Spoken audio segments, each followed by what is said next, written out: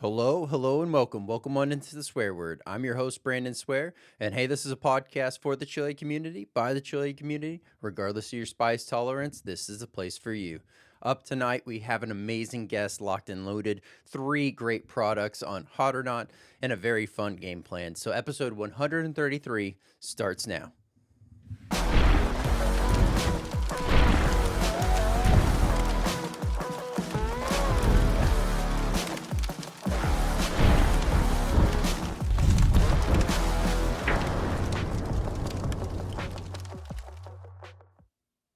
What's going on? Welcome on in, Swear Nation. So glad to have everyone here, whether you're tuning in on YouTube, Spotify, Rumble, or Apple Podcasts. Thank you so much for being here and continuing to make this podcast what it is. Continue to share this out with other like-minded chili heads or individuals that are just curious about the world of hot. This is where you can find everything to do with the world of hot. Up tonight, we have 3 products on deck from Savir Foods that we'll be diving into. You may have seen these on Hot Ones. They have been featured in a few different lineups. So there's 2 of those that are here and one that is a less spicy variant of one of those sauces. So there's definitely something here for everybody, and I'm looking forward to jumping into that, as well as we have Josue here. We're going to be talking about what he has going on, how he got started, everything in between, and of course, learning more about the business side of things. And then we have a very fun game of Keep 5, Cut 5. So get ready to play that. And as always, drop comments down below. Let me know if you would have answered the game any different. And let's do this. Let's go ahead and jump on over to Hot or Not.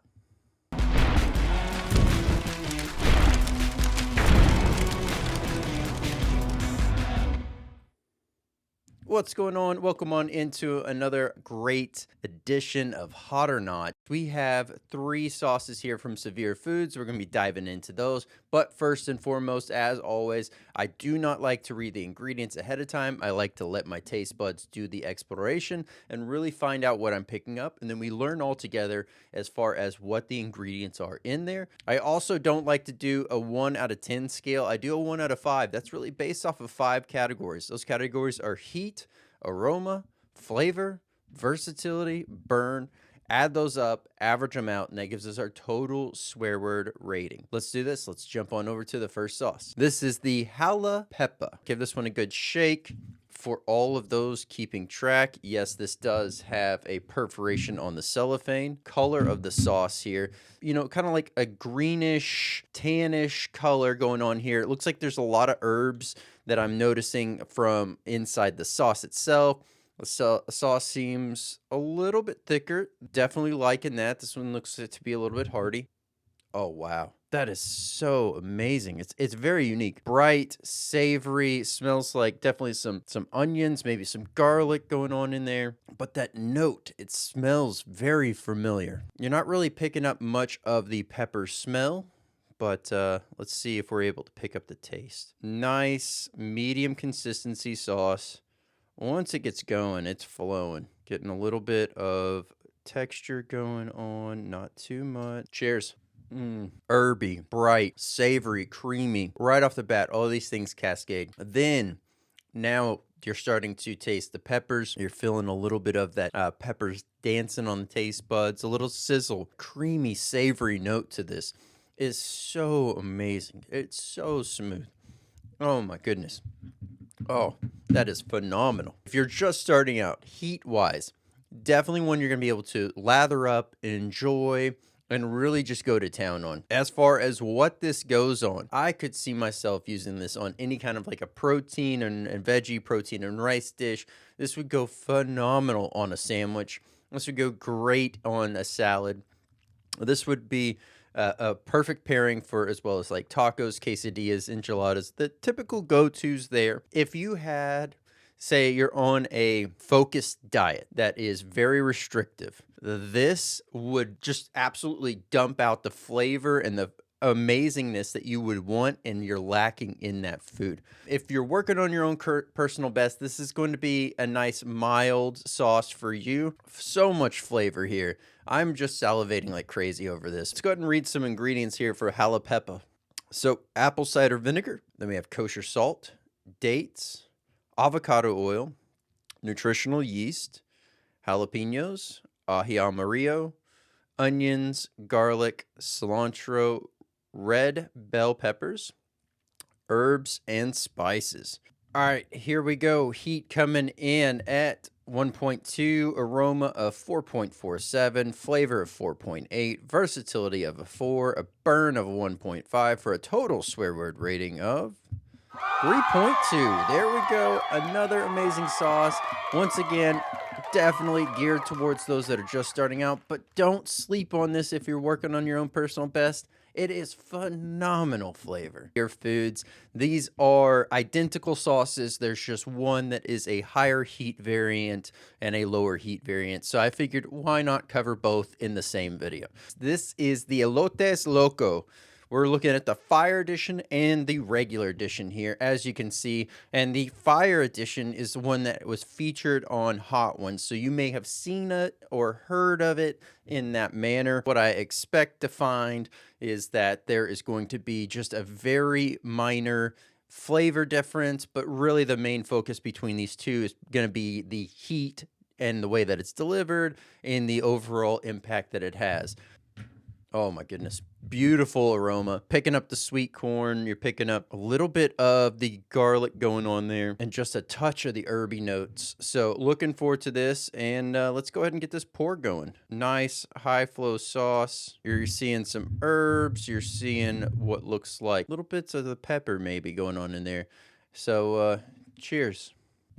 Oh my goodness. Oh my goodness. That is so good. You get this. It is that nice, savory, smooth corn taste. Then you're getting that bright, herby pop, a cut of what tastes like maybe some citrus, some vinegar, something like that going on. So you get a nice crisp cut. And then that pepper just really starts to build and kind of come to the forefront of your taste buds. You're really feeling it sizzle and dance across the tongue. If you're just starting out, this is going to be hot for you if you have not had any hot sauce before. It's still one that you're going to be able to utilize, incorporate, and enjoy. If you're just starting out, you're going to say this is a nice medium heat sauce for you. If you're working on your own personal best, you're constantly pushing yourself, you're dependent on where your tolerance is, you're going to say this is anywhere from a mild to a medium sauce. Beautiful, tons of flavor, much in the realm of versatility is what you can do with this. This would go great with all the typical go-to savory dishes that you can think of. Tacos, enchiladas, quesadillas, burgers, pizza, sandwiches, salads, kind of like Mexican pizza. So being able to use this to incorporate in there would be amazing. Let's go ahead and read some ingredients here on this one. So vinegar, sweet corn, chili de árbol, salt, avocado oil, nutritional yeast, onion, garlic, cilantro, and spices.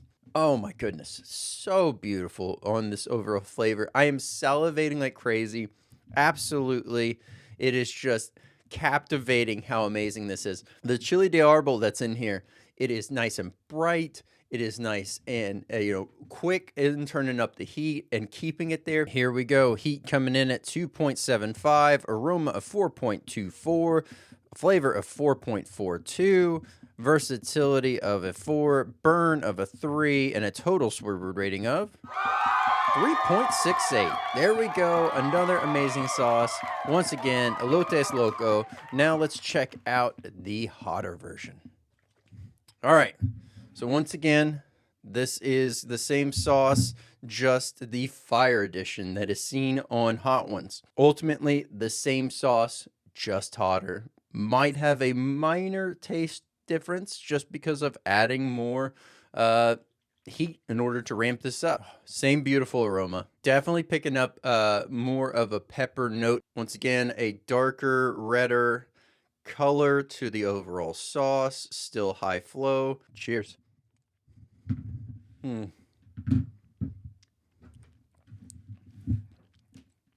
Oh my goodness.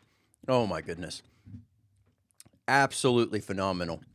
One thing I will say, if you can't handle heat, get the regular version. You're going to love it. But oh my goodness, if you're working on your own personal best, get this Fire Edition. It is beautiful. The way the flavors cascade is still the same. The difference here is you get a faster pronounced flavor profile coming off of these peppers. Now, the way that it comes on, you still get that chili de arbol, nice quick flash of heat. Then I'm starting to feel it now build up a little bit more in the throat, and it is gradually growing. It's definitely got to be a ghost or some kind of super hot variety that is on the back of the throat and having that slow turn up. It's not quite to the same violent nature as, say, some of the other, top end super hots, if you will, but a beautiful note that really lends itself well to the overall flavor profiles and the thing that you are experiencing here. As far as the food pairings, definitely would say it's all the same. If you're working on your own personal best, this is definitely going to be anywhere from a medium to a high heat sauce, dependent on where your tolerance is at. Heat coming in at 3, aroma of a 4.26, flavor of a 4.47, versatility of a 4, burn of a 3.64 for a total swerve rating of 3.88. There we go. Another amazing sauce. If you enjoyed the products that are featured here on Hot or Not tonight, I will have the direct links down below for those. I have all the ways that you can pick that up, as well as a link to the main site so you can check out the full lineup of amazing products from Savir Foods. Highly recommend you check all those out. Let's do this. Let's go ahead and jump on over to the interview.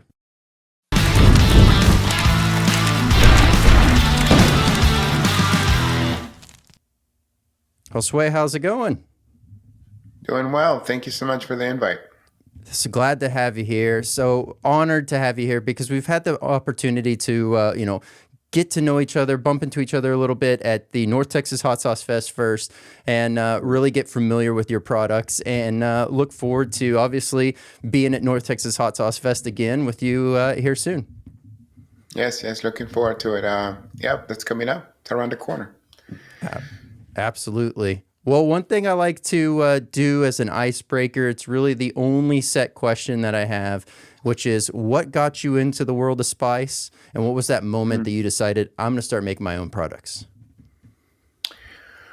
Let's see. I don't have let's see. I would lie if I say that I was into the hot sauce world. To me, it was very foreign. As a child, I grew up eating zero spice. And I owned two restaurants, and I opened another restaurant in Florida, and then I used to have a catering company. So I was a working chef for maybe 15 years total. And during that time, my food was flavorful. It had balance, but it was never spicy. In fact, back then, people would ask me about heat and spice, and I would add it to their plate, the dishes.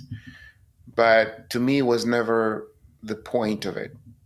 The reason I got into this is because I have a family member that lives in Florida, and she wanted a mild hot sauce, what she called a hot sauce. And I started playing in the kitchen, just making something for her. This is my niece, and we both have about the same palate. So I made jalapeno, the green sauce, which is very mild. At the time, I thought that was a 7 or an 8 to me. And then later I found out that it was 1.2 or 1.5. It's very mild. But that's kind of what got me the interest in making sauces. I never followed anybody, and I never tasted a lot of product because to me it was just intense. I even remember ordering a few products because I like the color and I like the ingredients. And then when I would try it, it would just burn my mouth. And I would be like, wow, this is crazy. How can, and on the bottle it said 5, or it had 2 chilies in it. So it was really intense for me. That was at the very beginning. I started developing flavors based on food that I had before. So I think I've talked to some people before about this, that I would take a dish that I liked growing up or that I developed, and I would remove the starch and the protein, potato or meat or whatever that is. In that essence of that dish, I would spice that Hmm. instead of going the other way around. So most of the bottles that I created, the flavors that they're based on dishes that I've had before. Um, so the spice comes as an enhancer to put it in the category of the hot sauce. But even some people have told me that it's not a hot sauce; it's more of a finishing sauce. Some people have said that because it doesn't hit that, the typical spice note. And a lot of people usually say, this is not, this is different. Most people say this is different. Uh, and I don't, but most of the sauces is just for me or family. I don't, it would be hard for me to go out in the market and try to target an audience because there is so many great sauces out there that have amazing flavor profile, but also a lot of heat. So I'm kind of in an interesting niche, I guess. Yeah. I don't know what to call it. Well, it's really interesting the way that you went about this, but the idea of not really having much, prior exposure, if you will, to the hot sauce arena, and really knowing kind of how what everyone else has done, and potentially building off of that as a benchmark. You decided to go at it a way that is always really fascinating to me, and it seems a lot of other chefs as well kind of have this same outlook of how can this fit into a said dish or a said type of cuisine, if you will. And Hmm. so being able to approach it in that way, you're bringing forward such an expansive variety of flavors that are going into this dish that really elevate it in a way that, say, a standard hot sauce couldn't. So that's very cool. Yeah, and it's always interesting to see that. Um, yeah, I'm still surprised. Like when I go to the festivals, that the few that I've been to, it's I have a lot of respect for people that try everything, because I don't know how. After a while, it's just so intense. Uh, so, but yeah, it's an interesting process. I agree. Yeah. Yeah. The something you had mentioned is obviously the very first sauce. On your scale, it was rather high, and then later you found out that it was probably about a one, etc. Oh yeah. Um, where do you find yourself these days, kind of gravitating around? Slash, how do you go about the, I guess, the real sampling, trial and error process as you're crafting? Yeah. So, for example, uh, I have a sauce called Elotes Loco. That I have a version of. It's pretty mild. I would say it's like a 3 or 4. I really enjoy that sauce, so I'm staying around that. It has arbol in it, um, and that sauce came about because I saw a chef in New York, uh, and this is I don't know if you know this place. It's a place called Noma, and they invent products, and they have a very limited amount of product, and they sell them online until it runs out. But I saw this corn sauce that he was making. It had no spice. It was just a corn sauce. And I saw the ingredients. Like when I went to buy it, I couldn't get it, but I saw the ingredients and I'm like, this would be a great profile. And because I lived in LA for so long, most of my life I actually lived in California. I had a lot of the Mexican influence, the street corn and all that. And then I started thinking, how can I make this into what I used to eat when I was. And I remember eating the corn, and I never put any spice on it. It was Yeah. just the cheese and stuff. But I would sprinkle a bit of that. And I said I wanted to test the corn, but I want a little bit of that. But that sauce, I give it to the guys from Hedonist. I was in New York at the time, doing an expo, the fancy food show, and then I met one of the guys were there, and I got 2 bottles of that. because I made a test batch, and I took two with me. I'm like, I'm gonna have a couple of guys try it, and then I gave the guy a bottle, and he's like, I really like this. This is very special. That's very bright, um, and then later, a few months later, I got an email, and he said, "Can you make it spicier?" So they asked me to put ghost pepper in it, or I think we landed in ghost pepper. So that became, for me, instead of a three, became a seven. And for them, it was probably, I think in the lineup was number three. So, so I'm like, that's great. So now I have both, but I like to stay within a three and a four max. My wife, on the other hand, she can eat like an eight, nine. He's fine. Yeah. Nice. And she's Well, from Missouri. well, that's got to be great though for the whole idea of the trial and trying to make sure that the spice isn't overpowering the flavor too much, etc. By having such a nice range even within the household. Yes, yes, yes. So when I make the sauces now, I start with a base that I want to be able to taste it fully. Uh, I don't want the spice to numb and then get in the way. So I need to start at a very, very base level of have the um, think of it as making a soup. I mean, I've realized that a lot of the sauces is basically soups. You're just blending a bunch of vegetables and soup. So I make sure that that has all the flavor from like I use nutritional yeast, for example, for that umami taste. I use a lot of garlic and peppers, and I use a lot of vegetables to thicken the sauces.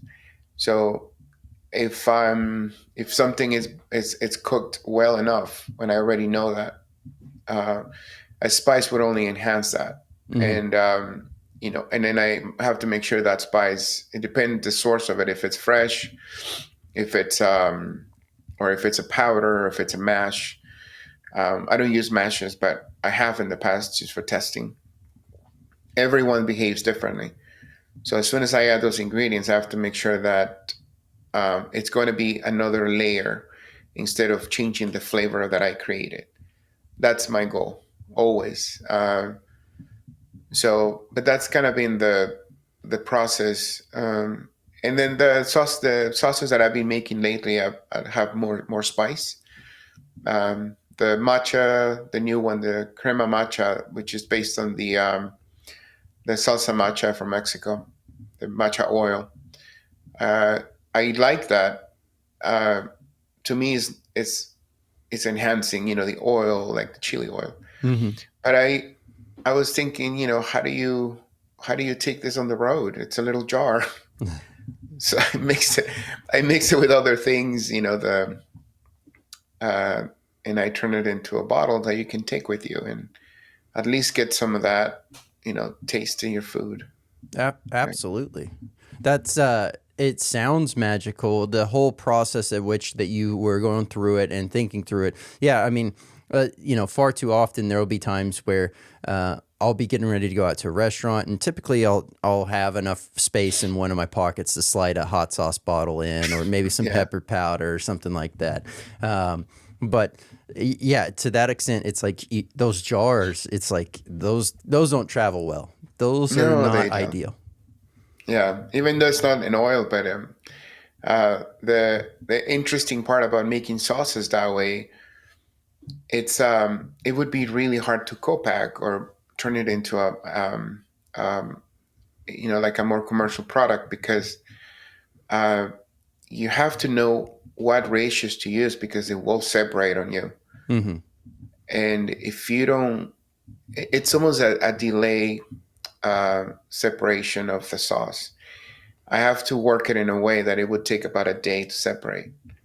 And that was the biggest challenge of that.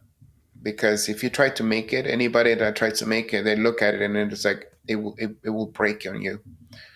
But if you do it right, you have enough time to bottle, hot fill the bottles, Hmm. and then the next day you'll see, and there's split in half. But the other half is emulsified, and the other half is oil.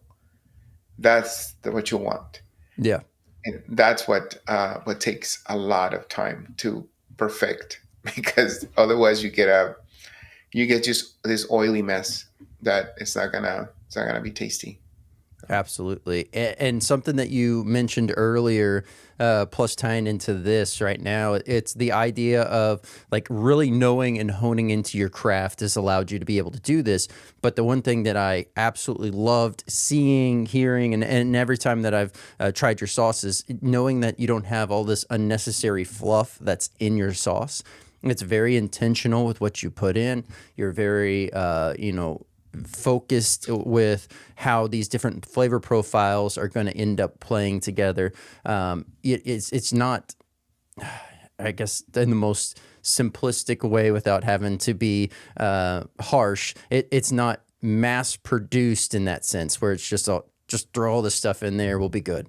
It's very Oh, thought through. yeah, I appreciate you noticing. It's I produce. We don't produce a lot. I mean, I guess we produce a lot. If you compare it to other smaller companies, but not quite enough, like to have too much volume. Like, for example, I'm working on an order right now. The total order is about 30,000 bottles. This is out of a small kitchen, small batches. So that's the challenge. How Mm. do you make each batch look, you know, consistent? Uh, those are the things that I think that you lose a lot of that when you're mass producing. That artisanal side of it. Yep. Yeah. Absolutely. And I mean, everything down to, really being able to, I would assume, I guess, first and foremost, that by doing it in that manner, operating in that way also allows where you're really paying attention and caring to the ingredients and why those ingredients are in there is also what helps play into being able to work with people like Heatonist to be able to be on Hot Ones, etc. Yeah, that's I think there's something magical about ingredients that um, are common.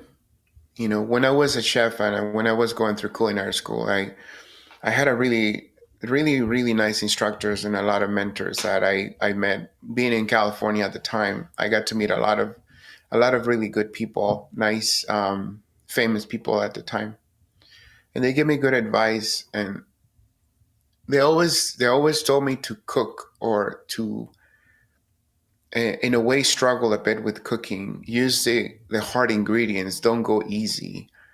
You can create something really magical with a few ingredients. If you do it right, you're going to change somebody's perspective of food.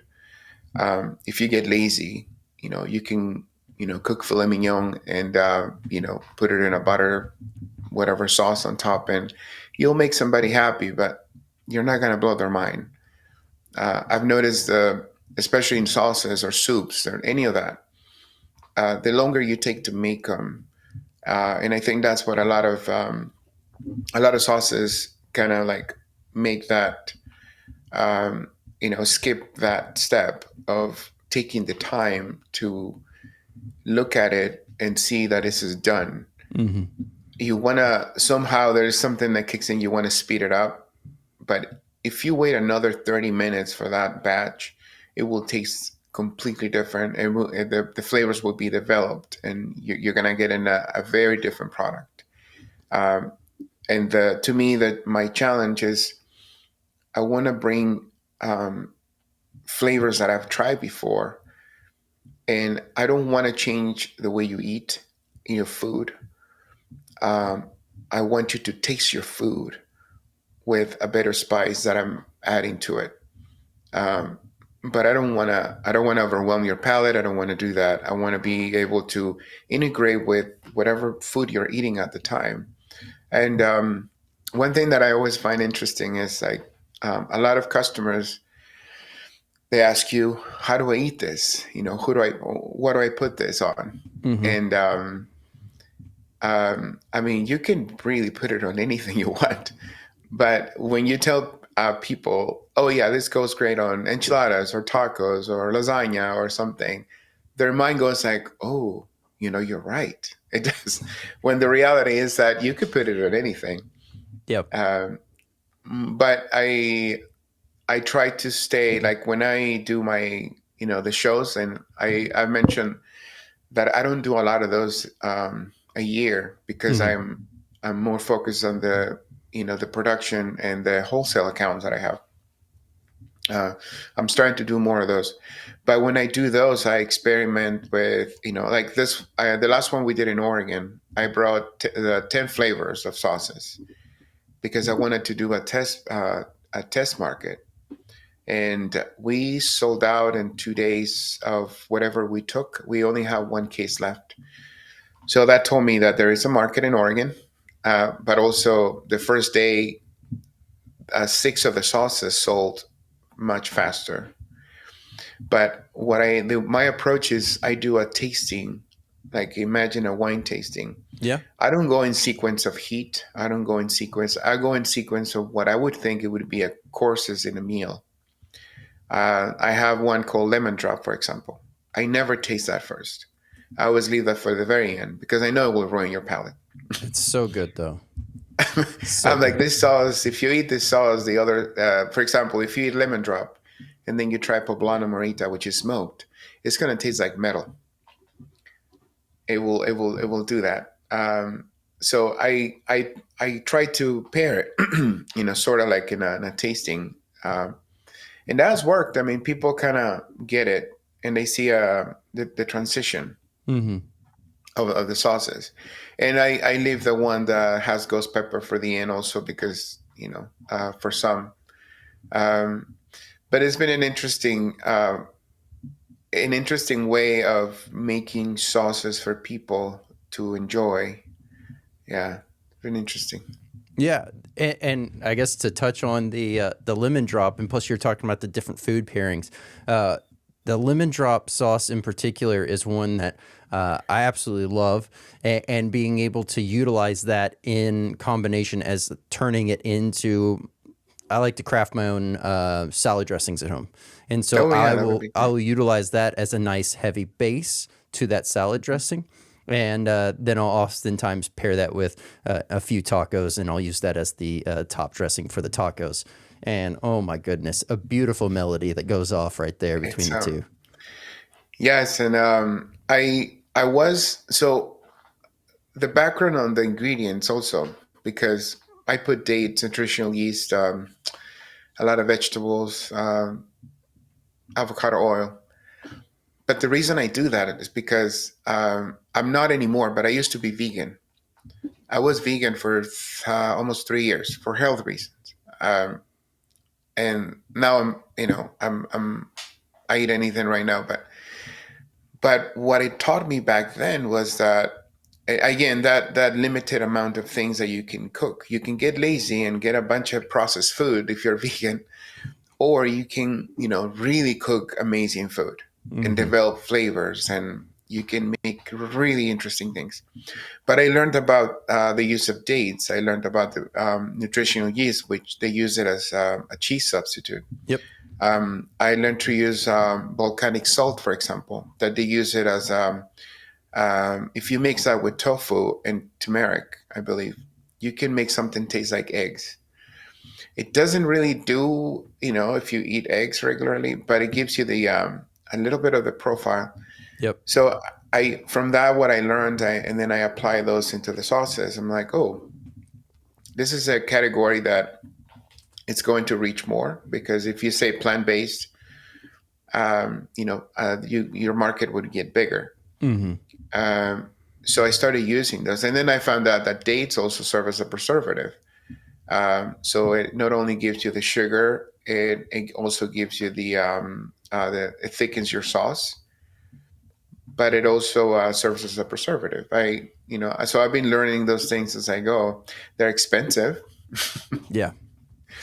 but it gives you a really nice flavor profile. it balances your sauces. So Absolutely. And yes, much like you were saying, I stumbled across nutritional yeast, really retried dates again for the first time, I guess, in a long time, whenever I decided to do very similar, just a health conscious decision to make an adjustment in my overall eating habits, etc., that ended up opening that door for nutritional yeast. Like, all the great benefits is what drew me into it. And then I tried it and I was like, yeah, actually, I really enjoy this flavor profile. yeah, And then same thing with dates. Now dates are like my guilty pleasure because I don't really like to, I'll do desserts and sweets, but I'm not one that's like an over the top, I got to have it all the time type of person. But mm, whenever I do, I'll either walk out to the fig tree that's in my backyard and I'll pick one and oh, I'll eat nice. that. Or I'll get dates that are like rolled in coconut and they're already pitted. And Hmm. oh my goodness, those are so good. That's a nice like late night snack for me. Yeah, yeah, yeah. I tried to use products that are organic. Um, I don't use anything um, that has more than in one ingredient, I guess, because I mean, you can start taking shortcuts with a lot of the products, but to keep it in as whole ingredients, it's like yeah, it's a challenge when it comes to the finances. Yeah. Yeah, yeah. I have ideas for sauces, but on paper and financially, they don't make a lot of sense. So Yeah. Yeah. Those I'm saving this.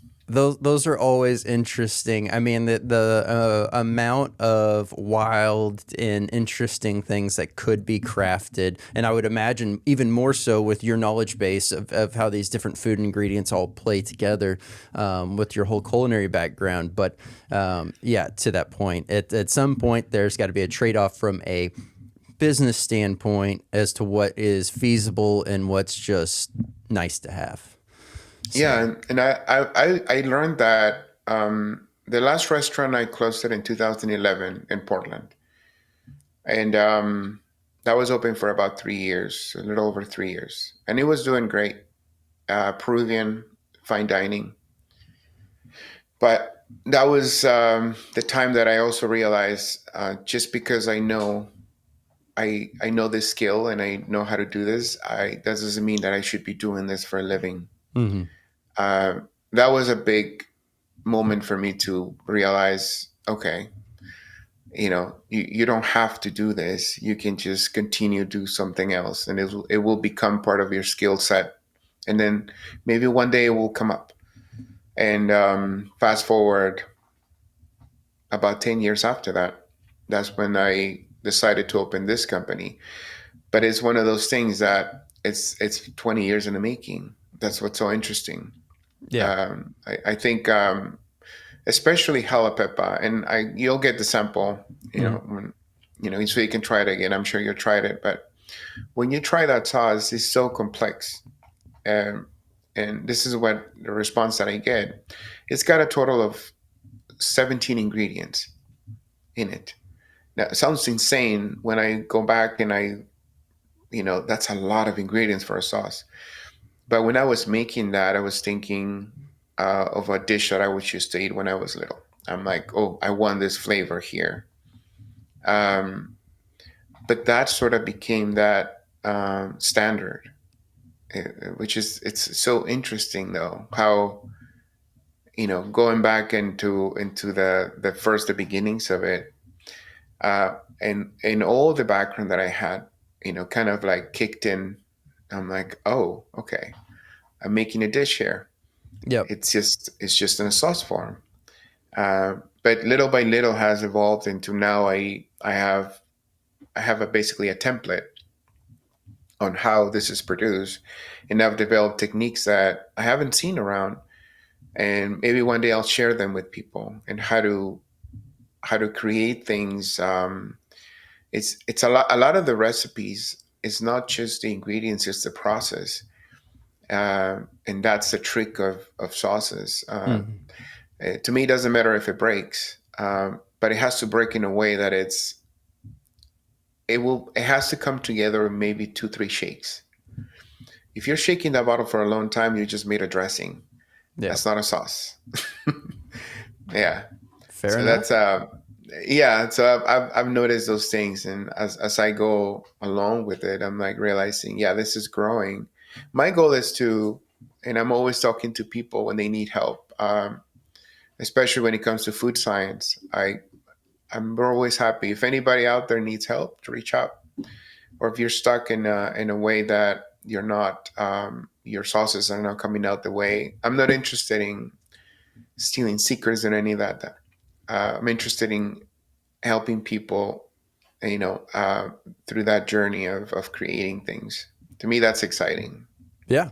Well, I mean, that's clearly where your passion is at, and it's like really fueling everything that you're doing all throughout your career, and now into the sauce game as well. You've. It's very apparent that you think through all of these at a very fine level of what you're doing, as well as how the end result is not just on flavor alone, but much more on the presentation and application standpoint. Yeah, it's interesting. And then when it comes to wholesale accounts, that's a subject that I know other people want to know more about because it's very intimidating. Let's say in Texas, you want to get into Central Market or HEB, all those things. Uh, it's a process, but the process is so long, Hmm. and you have to piece it together yourself, and you have to find those people yourself. Um, just an example, when it came to Central Market, it took me about 8 months to find a phone number. That phone number led to another phone number and another phone number, and eventually found the buyer for the sauces. But it took so long just to get that information. And then once you get it, it's not guaranteed. Yep. You're going to send samples out and you're going to, think about that. That's if you're doing it on your own, if you're small. Hmm. If you're bigger, you hire people, you hire brokers and all that stuff. But the entire process takes a while. And also, what I've learned, my labels have changed. This is the fourth or fifth time, and it's a constant adjustment because one company might not want this, and the other company might want something different. So you have to create something that is universal. Hmm. A lot of the ideas that I wanted, I have to let it go. I completely have to let them go and say, okay, if my purpose is to be in the shelves, I have to adjust without losing my identity. And that's my compromise with those labels now. It's like, yeah, I can still see myself in them, but now what they want is they want people to pick those products from the shelves. Hmm. But that is a challenge because a lot of companies, not only in the hot sauce but in general in the CPG community, the consumer packaged goods, they don't want to let go of their ideas, and that gets in the way of growth. Yep. Uh, and so that's always an interesting thing, the wholesale accounts, which has been my main source of income for the company. Um, the markets and the shows, those are great because you have direct consumers Hmm. and they want to buy anything from you and they're willing to support you. But out there in the supermarkets, I mean, you'll walk those aisles, when you've seen those hot sauce bottles, it's Oh hard yeah. to pick. It's hard to pick. There's so many. I mean, you go to Buc-ee's, and there is not only their Bucky brand, Hmm. which I've tried. They're great. They're not bad. Hmm. But then you have another layer of the other aisles and more and more. So there's so many sauces. I mean, so much competition out there. Yes. Absolutely. And there's so many that are just starting out, much like you're saying, and they're doing this on their own. They're trying to figure things out. And I've had quite a few conversations with individuals that are in a very similar situation to that. And they're trying to figure out, how do I get in here? Maybe they've cracked the door open for one chain, but maybe it's only at two or three locations, and they're like, how do we continue to grow? And it's this whole back and forth. But yeah, at the end of the day, true to what you're saying, you're at the supermarkets, your target market, not only from a store buyer standpoint, for those that are actually like buying the inventory for the stores, you have to get past. But then you also have to make sure that your packaging, your overall, whatever the product is able to stand out, grab Yeah. attention, and be very clear expectations of what they're about to pick up. Yeah, it's a big challenge, and expensive. Like I do everything in house, from the design team. Like everything is done here, so I don't outsource a lot. So it makes it easier. Mm-hmm. But most people don't have access to those things. Yeah. Yeah, you have to hire somebody to redesign your labels and make sure that it fits. Yeah, so it's been a journey, but we're in about maybe 25, 30 states. Okay. And here locally in Central Market, that's our biggest account. Some other stores around Texas, and All then right. yeah, but it's the more stores you get though, the more you have to uh, put your product out there, demos, and you have to Yep. make sure that people try your product. Otherwise, it will stay on the shelf and they'll remove it. Yep. Yeah. And that's something else as well, is like the and I don't know, I can't speak towards Central Market, but just talking to Mm. others that are kind of doing the same, trying to get into more supermarkets, etc. The projections that they give you may be way understated or way overstated, and then it's like you never know until that order is finalized as far as Mm. what your clear expectations. So you could wind up with way too much product on hand compared to what they said they're going to get, or you might have to jump in the kitchen and get ready to crank out what they want more of. So it's Yes. definitely a level of commitment and focus and patience that needs to be applied in order to really excel in that area, from what I've understood. Yeah, it definitely requires patient and an investment too, because um, when you set out to be in different stores, like you said, they don't give you an exact number. If you're dealing with a distributor, that's a different approach. The distributor will request product. Let's say you're going into 5 stores. Usually, they'll order a case or 2 cases or 2.5 cases per store Hmm. per item. So you have to project for those things. And then the repeat buy, that's when it changes, because they might not push your product at all unless you go and demo your product. But then after that, the distributor will continue to buy from you. But then you're dealing with distribution fees and all that stuff. That's like an entirely different thing. Yep. But if you deal directly with the store, yeah, at the beginning they 2 cases per SKU, and then after that they'll reorder.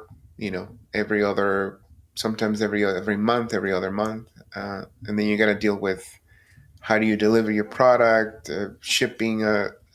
I mean, I've learned a lot, like in the past few years, especially shipping, logistics, freight services. I mean, you name it. Like every area I've covered that, and you continue to learn as you grow.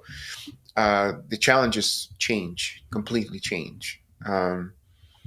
So I've been really fortunate that I've been able to get into, or they've liked it, the Yep. sauces for the show, because that awareness also, it gives you a little more credibility from the regular consumer.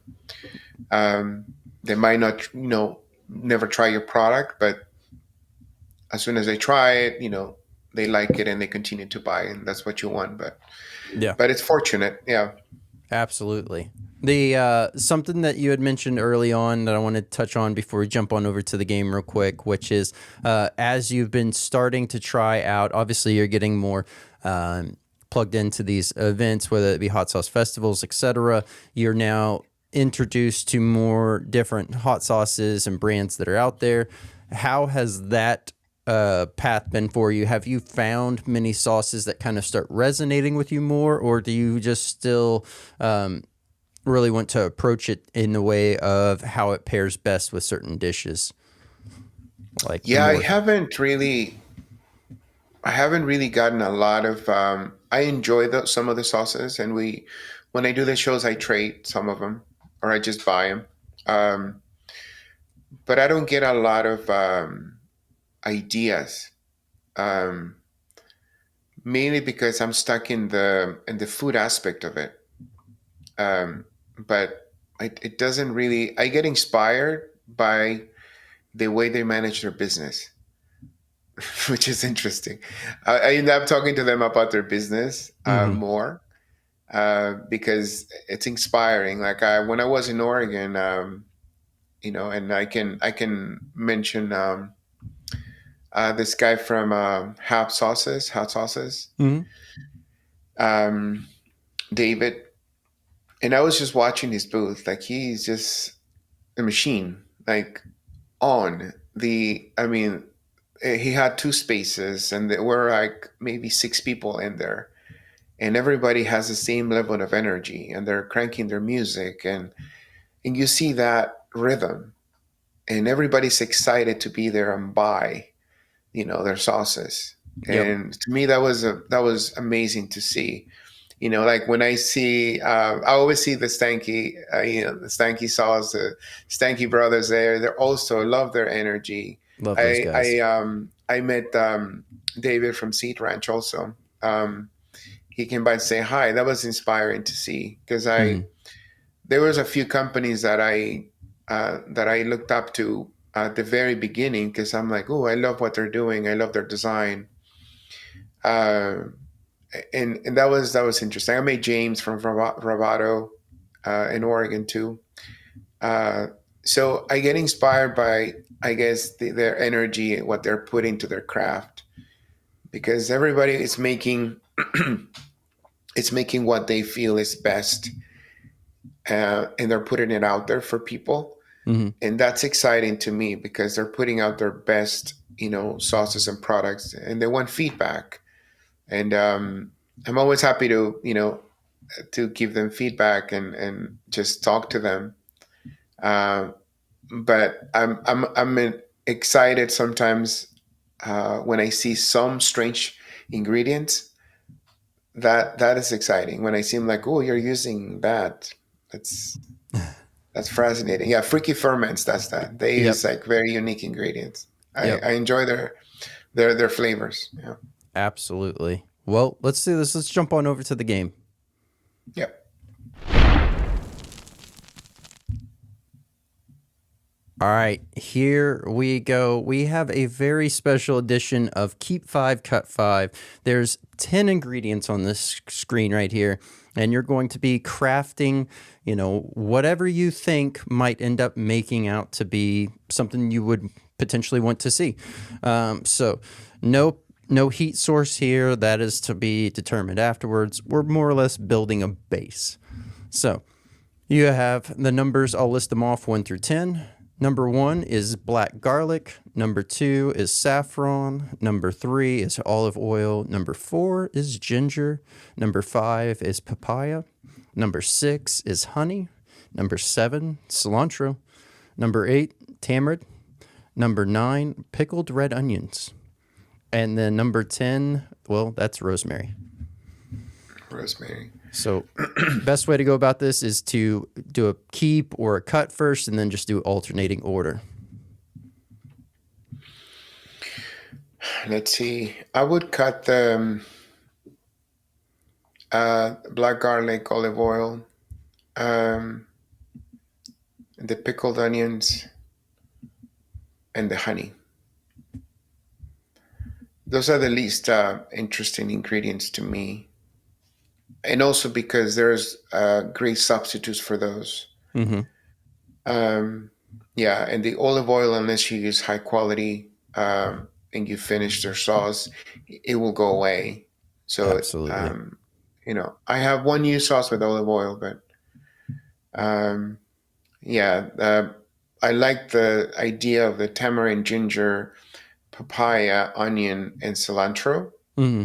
um, because that gives me a profile from Africa, India. It gives me those Moroccan flavors, especially the saffron. Yeah, All right, let me throw some of those on there because I think that's what you had said. Just cilantro, tamarind, saffron, yeah. and then ginger. The the ginger, yeah. The Okay. rosemary, I can see adding a bit of that, but the papaya, that sounds like an interesting thing that I could add. And also, I love the properties of the bromelain, Yep. the enzyme that has. So I would love to see what it would do to the sauce, how it would break it down, because it will continue to break down. So All to me, right. that would be interesting. So you would want to keep the papaya? Yes, All yeah. right. To me, that would be an interesting sauce. Maybe a play on a chutney. Um, you know, yeah. Yeah, absolutely. No, I mean, it looks great. Sounds great. I'm all in. You got quite a few ingredients on there that I absolutely love. So definitely liking that. And it's a very interesting and unique approach. I like the fact that you chose not to do the black garlic because oftentimes that's one of the first grabbed items as a yes. So, like that there. But all in all, I think this is a great looking start to a sauce, if you will. Now, what would your personal preference on heat source be? Would you do the arbol? No, no. For this, it has to be a Thai chili. It has to be up. Yeah, I would go red. I would go red Thai chili, just because I can see that sauce being more of a bright red than more towards the green, and also with the papaya might lose some of the flavor, Mm-hmm. but the enzyme might come up, because you have that papaya has a very very specific scent, and Mm-hmm.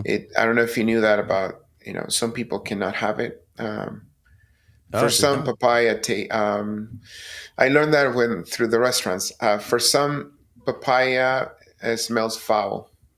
Hmm. Yeah, they Interesting.